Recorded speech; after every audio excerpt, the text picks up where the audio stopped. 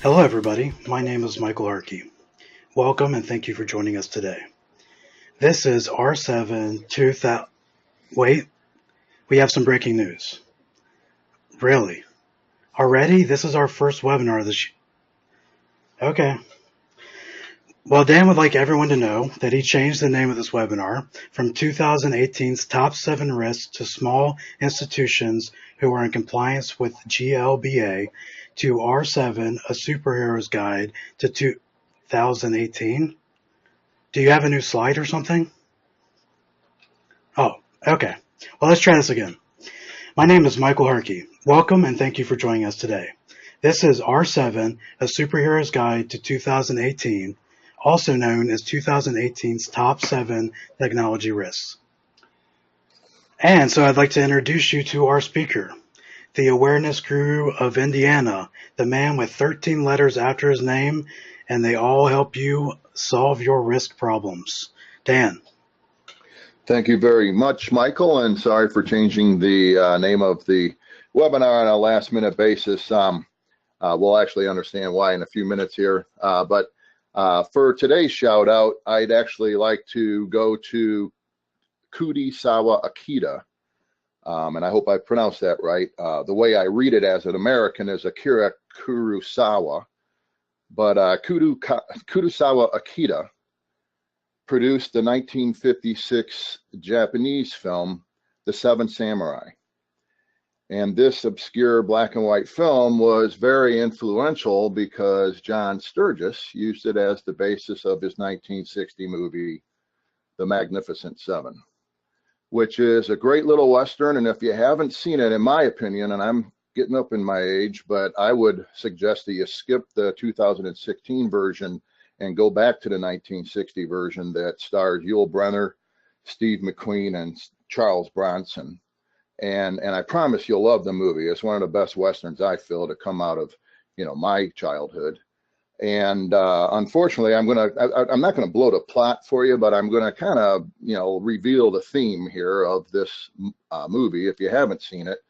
But I feel like that's better than blowing the plot, so I'm gonna go ahead and do that. But the theme of the movie is that this little town in Mexico hired Yul Brynner and his friends, 6 of them, for protection against this band of bandits that was hassling their town. And the plot goes through many unsuccessful attempts to get the bandits to leave the town alone, until the Magnificent Seven eventually realizes if they're ever going to achieve their goal, they will need to teach the town to protect itself, which is exactly what I think every single information security officer is doing as a part of their job. You are in the business of teaching users to protect themselves. We can't protect our customers. We need them to protect themselves. We can't protect our users, even our management team. We need them to learn how to protect themselves. And so I started writing an article several years ago. And it was an annual article about the 7 trends that small financial institution ISOs will be addressing in 2018, and we publish that article every year. I'd like to direct your attention, really, though, to the drawing that Sophia has made for us for our Magnificent Seven page. It's actually putting Joe ISO, who is a superhero because he does spend a lot of time teaching users how to protect themselves, in the role of Yul Brynner. And since I started writing the M7 article, we've actually evolved and came up with 4 more articles that we present on an annual basis at the end of the year that I want to make my webinar friends aware of, because I feel like these are really good articles to help you plan out your upcoming, information security cycle. And so, it starts with the M7 article that I just did, a kind of a commercial for, I guess, but it goes through P7, which is our 7 best posters. So, we keep track of how many times our awareness posters that we release on a monthly basis now for free, and we keep track of how many times they've been downloaded. And so P7 is the 7 best posters that we have out there as of 12/31, I believe. R7 is an article, we just published it on Monday of this week, and it's actually the article that this webinar is going to be based upon. So, you know, if you decide, hey, you know what, I'd like to give somebody a readable version of what Dan just said, R7 is an annual article about the 7 risks that small financial institutions are facing in general in the upcoming year. And then finally, in February, we have to wait until all the articles are out. But as you know, there's a slew of trend articles. It's not just Dan that's publishing 2 trend articles now, right? We've got some friends in the business. You know, Jimmy Sawyers is the one I always remember because he has a really good trend article that comes out, you know, towards the end of every year. And so in February, we actually publish a list of the 7 trend articles that we think our clients would get the most from. And just so you know, what I'm hearing is people are actually going back to the list we published last year because, you know, and that's actually what we do when we update our M7 list and that sort of thing. And so those are 4 resources that are available. It's all for free, whether you're a client or not of Infotex, and we hope you can leverage them. What I want to do today, after spending a whole 12 minutes introducing our agenda, is to talk about more than just the 4 sevens I went over, but really to kind of talk about your role as an information security officer. And one of those users that we have to teach to protect themselves are the people that actually own the business that we're trying to protect, and that's represented by the board of directors. And so what we're actually going to do with this movie is kind of, or with this webinar, I should say, which, you know, as Michael said, we do a movie of this webinar at the end of every webinar, is we're actually going to end up with 2 movies. First, the whole webinar, and then secondly, a movie that's in the middle of the webinar that I'm going to try to do here. I'm going to hopefully keep it to, you know, between 25 and 30 minutes. And we're hoping it will end up being a movie that you can present to your board of directors as your own board awareness training for the year 2018, assuming you agree with the 7 risks. And so this is kind of where, you know, the whole notion of our information securities being superheroes comes into play, because sometimes I know I have a few clients whose information security officers are still not even able to get in and talk to the board on a regular basis. And then that's a problem you're still having at your institution. I bring that up with your auditor and ask if that's what they're seeing in other banks, because what we should be seeing, and in my opinion, is the ISO or the CISO or the chairman of a information security committee. It doesn't have to be, you know, a technical person, talks to the board on a regular basis about their role in cybersecurity. And so what I wanted to do, just we're kind of trying to run a theme, and so this might be a little bit weird in a webinar, but I wanted to kind of just walk you through an ad campaign that we actually came up. This won't take very long. And really, it's just kind of help exude the theme that we're trying to put forth here. And so you've already seen this. And so in various magazines in the Midwest here, we're basically establishing that information security officers, whether you're our client or not, you know, you're the superhero in the bank that's got all this knowledge. We would like to be a tool in your utility belt. We kind of see our SEAM as a tool, you know, in your utility belt. We're kind of playing on a theme of, you know, misrepresenting Batman and Superman. Quite frankly, it helps us get out of any kind of copyright issues or whatever. But you know, and we even have, you know, a little Red Riding Hood theme going on in there. And by the way, I'm showing this probably more because I'm proud of Sophia coming up with these ads more than anything. But you know, our whole thing is if you sign our same contract, right, we'll turn you into an ISO, you know, superhero. But that is an ad campaign that we're running. We believe, you know, firmly that as a superhero, you need to try to figure out how to get attention, how to get in front of your board of directors, and really help the board of directors find out what they should be doing, what they should be reading, the questions that they should be asking in order to be a good board of director as it relates to cybersecurity. And so what I'd like to do is just quickly go out to the tour page. We do introduce risk whenever we go out to the internet during a webinar. I'm using Internet Explorer just because I don't ever use Internet Explorer, so I think it's a nice vanilla browser here. But if you type in tour.infotex.com, There's a wealth of information. This is our webinar schedule. If it ends up saying registration coming soon, we just redid this, so this isn't right. But you can tell that we have really kind of locked in on it if it says register today. Now we've decided to move this webinar to February because of the demand for it. We're getting more and more people asking for a webinar on how to teach out-of-wallet questions. But the reason I'm bringing this up is because I want you to know that come hopefully by the end of the month, but definitely by the next webinar in February, you will see 2 new movies down here in the movies section. These are all the webinars we did the last couple of years, and there will be 2 new ones in here. One will be this webinar itself, and then the other one will be the movie that I'm going to be recording when I get to the board awareness training we're going to be doing here real quick. And so those will be available definitely by February. I know Sophia has a goal to try to get those processed and out there on our website as soon as possible. If you're on our mailing list, you should be getting an email saying, hey, these movies are ready. If you're not getting that email, just know they'll be ready, before the next webinar in February.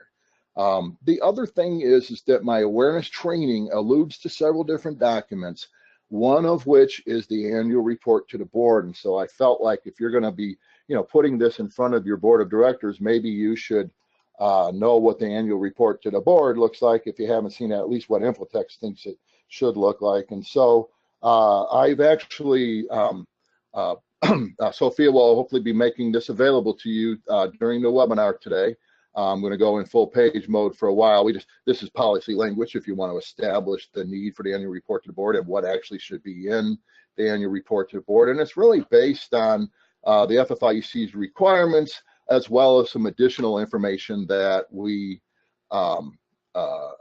feel like, hey, if you're going to report it to the board and you want to, not waste the board time, maybe now is a good time to also present the risk assessment and that sort of thing. And so if we go on the page with view here real quick, you'll see that, what I've highlighted in green here, the boilerplate you will see, it doesn't have that, but what's in green here is what the FFIEC is requiring you to include in your annual report to the board. What's in blue here is what Infotex suggests that you should put in your annual report to the board as well. And then the FFIEC also wants you to give, and so this part right here should be green as well. I'm just going to go do that really quick in case I keep this for some reason.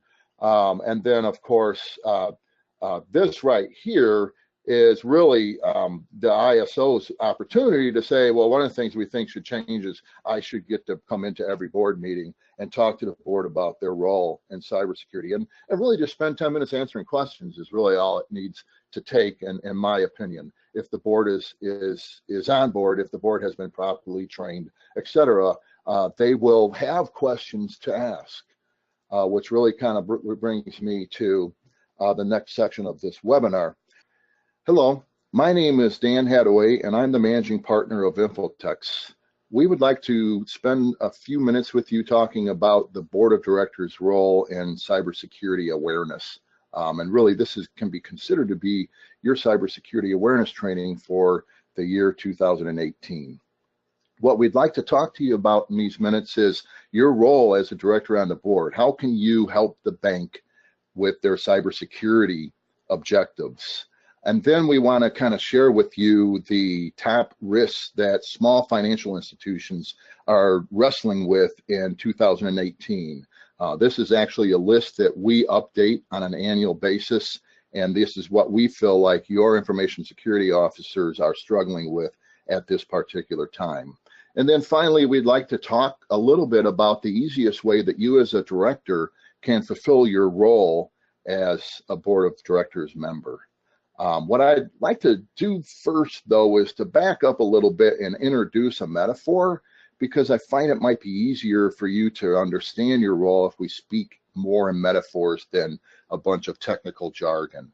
And so I'm hoping you remember the canary in a coal mine metaphor. Back in the day, before we had the ability to detect various chemicals in the air using digital devices, we would put canaries in cages in strategically designed places in our coal mines with the goal of continually watching that canary, and if it looked sick, or heaven forbid, if it was dead, that was our signal that we needed to get the heck out of the coal mine, or we too were going to die, right? And so if we use that metaphor, the sick bird is really what we're trying to prevent and our IT governance program. And so, metaphorically speaking, our agenda for today really can be the board role is kind of reduced to, are we checking them birds? Are we placing the birds in the right place? Do we have a method to the madness in terms of, where we're going to put the bird and how we're going to treat the bird and how often we're going to check that bird? Meanwhile, what can make the birds sick in 2018? And I realize this metaphor sounds kind of weird, but the 2018 top risks are really what we're hoping we can cure our birds from before they become sick. And then finally, how can the board ensure that we're checking them birds? Well, by asking the right questions. And so we'll be talking a little bit about the questions the board of directors members can ask their management team to ensure that we are properly managing cybersecurity risk. So let's dive right into that board role. And just so you know, I've been speaking to boards of directors since the year 2002. I spoke to a de novo bank that opened in 2003, and I'm very proud that they were bright enough to bring a cybersecurity person in to speak to them about what we actually called back then information security risk. And so when I went in and talked to that board for a good 2-3 years after that, we would go in there actually until 2006. We would talk to the board about the 3 goals of information security, confidentiality, integrity, and availability. And then our theory is that these were the documents that a board of directors could read to fully understand if we're doing a good job of meeting those goals. But of course, do we really want our board of directors to read an 80-page business continuity plan? And yes, I'm talking about those smaller banks that have an 80-page plan, not the medium-sized banks that have a 500-page plan. But we've since added a couple more goals for the board to be conscious of, our legal responsibilities. Are we in compliance with Gramm-Leach-Bliley? And then, are we managing our technology? And what I've arrived at today is that this is way too complicated for board members to really understand and get on board, that the board should really see their role as making sure that we're doing everything we can to protect our customers. And really, maybe everything we can shouldn't be part of that sentence. What a director should be doing is asking questions to determine, are we adequately protecting our customers? In 2006, a guidance was released that established what the board responsibilities were for directors.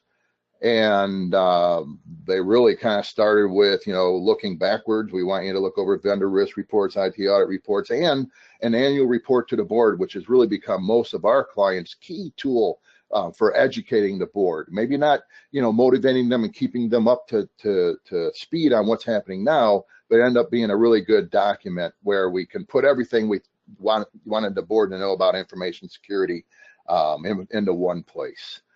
Meanwhile, looking forwards, the guidance also requires the board to do policy approvals and review the risk assessments and approve new technologies and approve the IT audit plan, which obviously this came out of one of our presentations to one of our audit clients.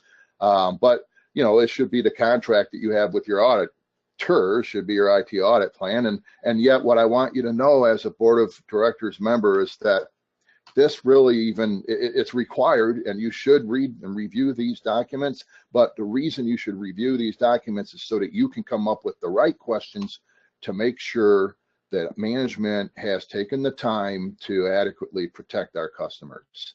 We even have the extremely, in my opinion, naive opinion that our board of directors is going to understand the cybersecurity assessment. And hopefully somebody on your board is understanding that and rolling up their sleeves and making sure that they fully understand where we're not really at baseline compared to where we think we're at baseline, but we still are waiting for an auditor to have the guts to confirm it, to yes, we fully know we're at baseline, et cetera, et cetera. This is not going to achieve the job if we bog our directors down with this as much as, hey, how is that cybersecurity assessment tool helping us protect our customers? If the board can ask the questions, it'll help your IT people develop the answers, and that will simplify all that tech language to language that the board can understand. How are we protecting our customers? Should be the questions that the board of directors asks to make sure that we're checking and we're check for those sick birds. So let's talk about the birds that we think can go sick in 2018, or better put, the 2018 top risks for a year. And we've been updating this list on an annual basis. We actually publish this list online so your management team, can utilize it in their own risk assessing. But what we're really talking about is, what should we be keeping an eye on in 2018? And just so you know, our list for 2018 really only had one new item on it. Everything on this list has been on this list. We did change a few things. We crossed off users can still make mistakes and changed that to users will still make mistakes, and the same with our vendors. But otherwise, the only thing that's new on this list is we decided to break target attacks into attacks on your customers, and then where everything is in the list kind of changed places. So when it comes to targeted attacks, these are two print screens from an application called Zeus. This is very out of date. This is actually dated 2006, but it is an application that the bad guys designed a long time ago. That one of the things that was scary about it is that it had the ability to target community-based banks and credit unions here in America. And we've heard all kinds of horror stories about there's a mobile module to it. There's a module you can plug in that gives you a list of all that bank's IP addresses and that sort of thing. There's all kinds of rumors around where Zeus is gone. But suffice it to say, the bad guys are making $5 billion a year on just one attack vector that Zeus would help them create. Believe me, they're developing this application. It is substantially different in 2018 than it was in 2016. In 2006. The second priority then is that they're using applications like Zeus to attack our customers.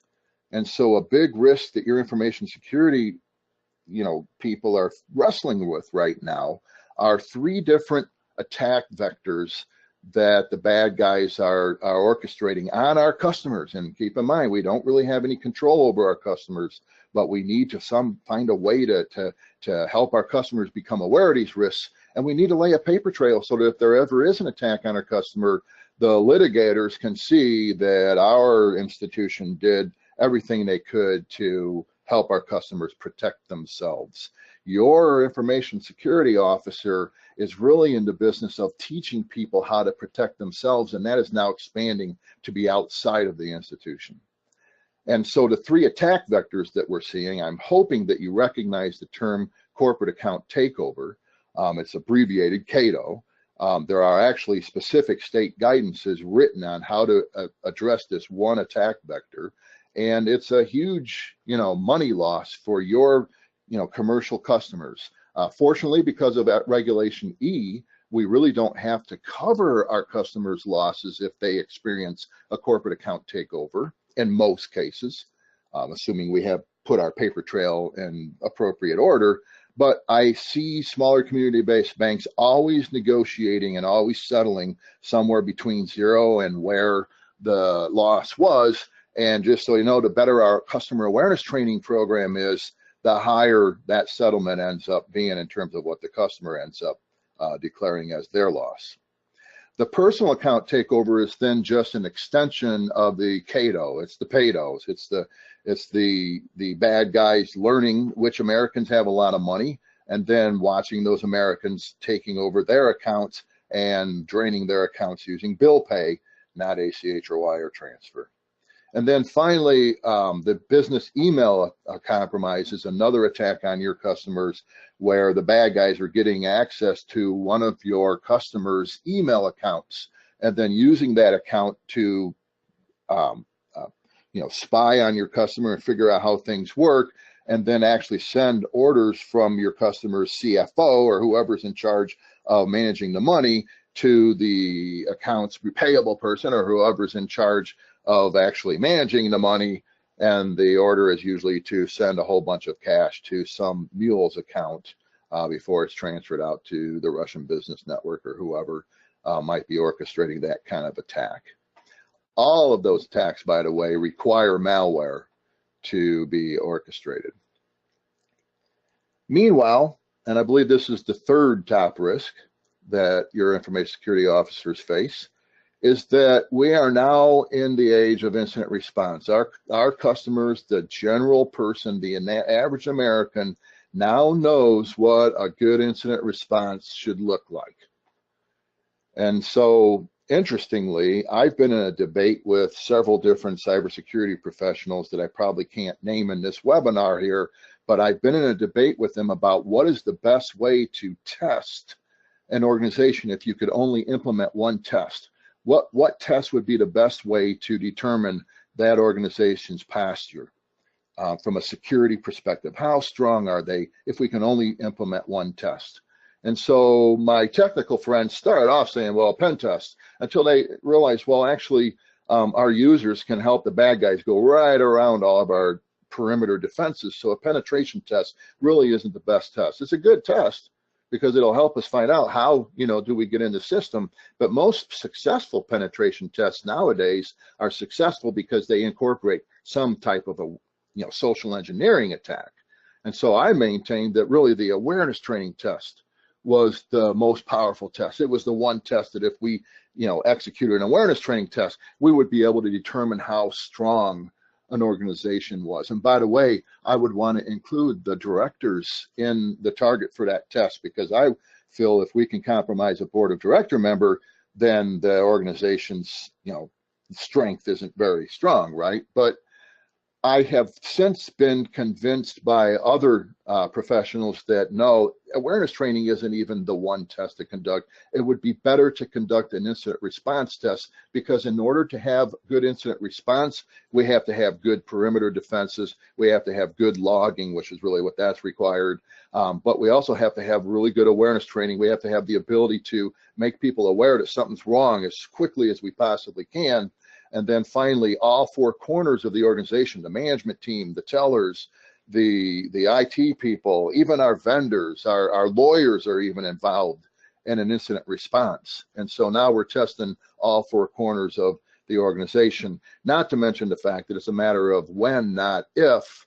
And most importantly, and this is really a slogan that I'd like to say, but the bottom line is that we exude our priorities during an incident. We got to see who Equifax valued by watching the postmortem of their incident response. And this kind of brings me back to what every incident response plan, because NIST started this out. And so every incident response, most banks, if your incident response doesn't establish what the priorities are during an incident, you should ask your ISOs to go out to NIST and pull that into your plan, because every plan I see now has 5 priorities. The first being we need to protect life and safety, but the second priority being that we need to protect our customers. And the reason that's so important is because everybody in the world watches how important we value our customers when we're responding to an incident. And, if we exude our priorities are to protect the board of directors and then announce the incident, that is really making us look bad. And really, you as the board of directors need to make sure that you're directing traffic properly during an incident. And so this is the most important time when, as your management team makes you aware of the fact that, oh boy, we just had an incident, your question should be, are we protecting our customers? Because again, beyond life and safety, we need to make sure our customers see that we actually are protecting information. It's just like everybody else. Somebody can make a mistake. We all make mistakes. How we respond to the mistake makes or breaks us. And if we're just selling stock and then disclosing, you know how you feel about Equifax now. So just so you know, the bad guys made $5 billion on malware, not on malware in general, just on ransomware alone, the type of malware that encrypts your network and then makes you pay to unencrypt your network. And what we're seeing is that these guys have a lot of money to place into their design. Their malware is becoming more and more intelligent. It's now designed to facilitate a targeted attacks. It's a high profit engine. We would be investing, I think, in if they were legal, the companies that are making money off of malware, because they're making so much money off of malware. Now they're even targeting the hardware and the memory chips because they know there are vulnerabilities there. And what it really ends up causing on your information security officer is the need to take patch management to a higher level. What a lot of people in the business are talking about, the difference between patch management and vulnerability management, to the point where, you know, we've issued our own proclamation for our own clients. And we're basically saying that, you know, patch management is, vendor management, vulnerability management, I should say, is more than patch management. It's making your management team aware of what we're trying to do with patch management. It's testing to make sure that we got all the patches applied in a risk-based manner. It's tweaking our system when we fail to test. And so we do have a non-technical explanation for non-technical managers at my.infotex.com/patches. And so as a board of directors member, when you're asking, how do I play my role? You know, maybe the questions would be, you know, what's the difference between vulnerability and patch management? You know, that could be a question that you ask. Or, you know, have you read, you know, up on the new need to expand patch management into, you know, a more sophisticated program that, you know, I was at this, you know, movie that Infotex provided about vulnerability management. The next top risk of 2018, users are still making mistakes. You know, we still have that. You know, we see various reports, various surveys that, you know, they always hover around that 70% number. 68, 67, 66 is about the lowest we've ever seen that report go. That, you know, 70% of incidents are still caused by users making mistakes. You know, usually it's going to the wrong page, you know, clicking on the wrong link in email, or giving out the wrong information over the telephone. And as a director, you know, your role is to make sure that we're protecting our customers from, you know, people making mistakes in our bank or in our credit union. Compliance risk is the sixth risk that we face. And, you know, we've had 10 new guidances since the cybersecurity assessment tool was released in 2015. Plus, if you're an FDIC organization, they've released their Intrex, which is causing the ISOs to spend a lot of time having to learn new stuff right when the bad guys are attacking us with more sophisticated, you know, attack vectors. And so hopefully those compliance, you know, guidances will help in that regard. But the good news is that we are experiencing examiners starting to learn what they should require out of small banks versus, you know, what maybe small banks, you know, can have a little less stringent requirements on. And the same, really even more true with smaller, you know, credit unions under $1 billion. And then finally, our seventh risk of 2018 is that vendors are still making mistakes. I feel our clients, at least, are starting to learn that if the vendor that made the mistake was a big international company like Equifax, our customers don't even think to blame us. But if it was the local IT guy or the local cleaning company or whatever, you know, then our customers are going to blame, you know, the bank or the credit union. And then finally, if the mistake, you know, is causing availability issues, we think our customers are going to blame us no matter who caused the mistake, because they want our systems to be available. They don't care who's actually in charge of making our systems available. And so those are the top 17 risks of 2018, and that is your role in the board, you know, is to really kind of help us make sure that we can't get sick from those, you know, risks in 2018. And so the question is, you know, what questions really can we ask to make sure of that? And so you really have to come up with your own questions. I unfortunately can give you some generic questions, but the questions that you ask management are really going to pertain to exactly what's going on in your own organization. I would use that annual report to the board as a basis of your questions if you need a starting point. And then beyond that, if I was a board member, I would be asking, how ready are we for our audits? Because as an auditor, what I'm learning is that when I go into a bank or a credit union and I find that the ISO is all frazzled and looks like he or she hasn't gotten sleep for the last week, those are the organizations that are actually suffering and that are a breach waiting to happen.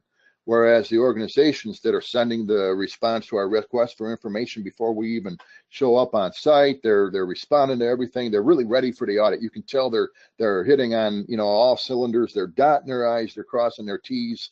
those are the organizations that are safer.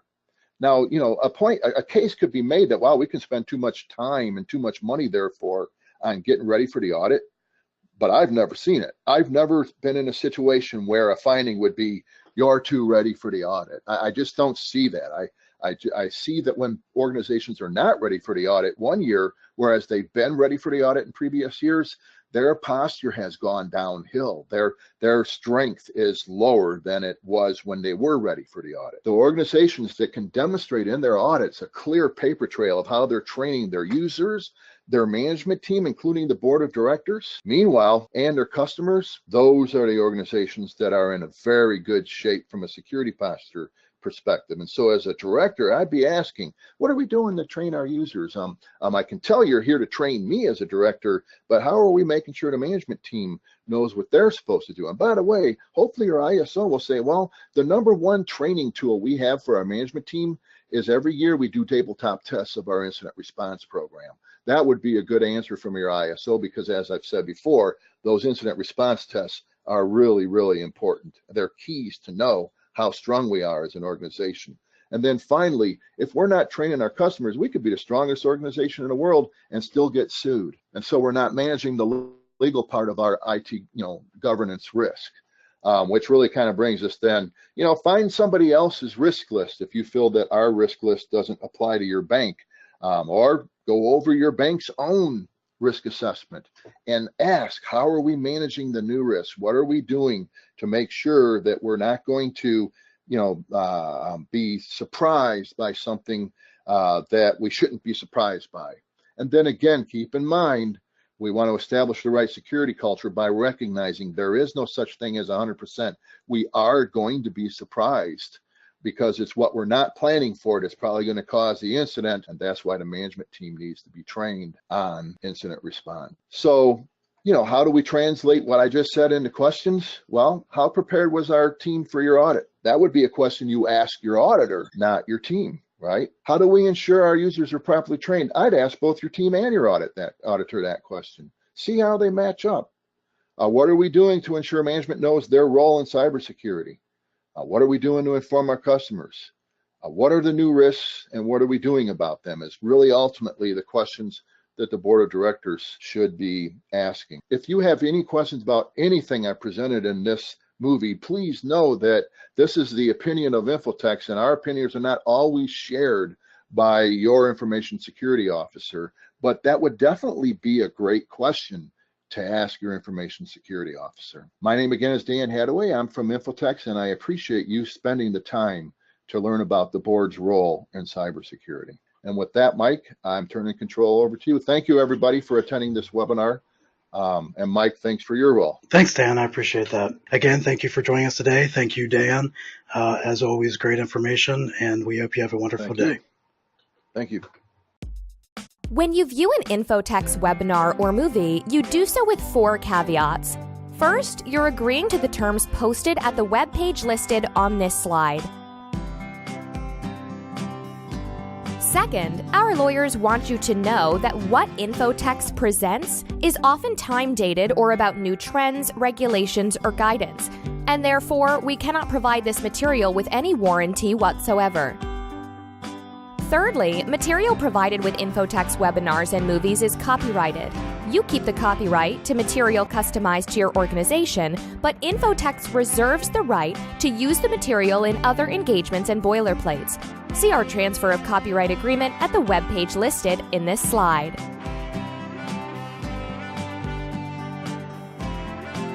Finally, those who view our webinars or movies may be added to an email mailing list. If you do not wish to receive notice of additional educational opportunities, please accept our apologies and please opt out at the web page shown on this slide.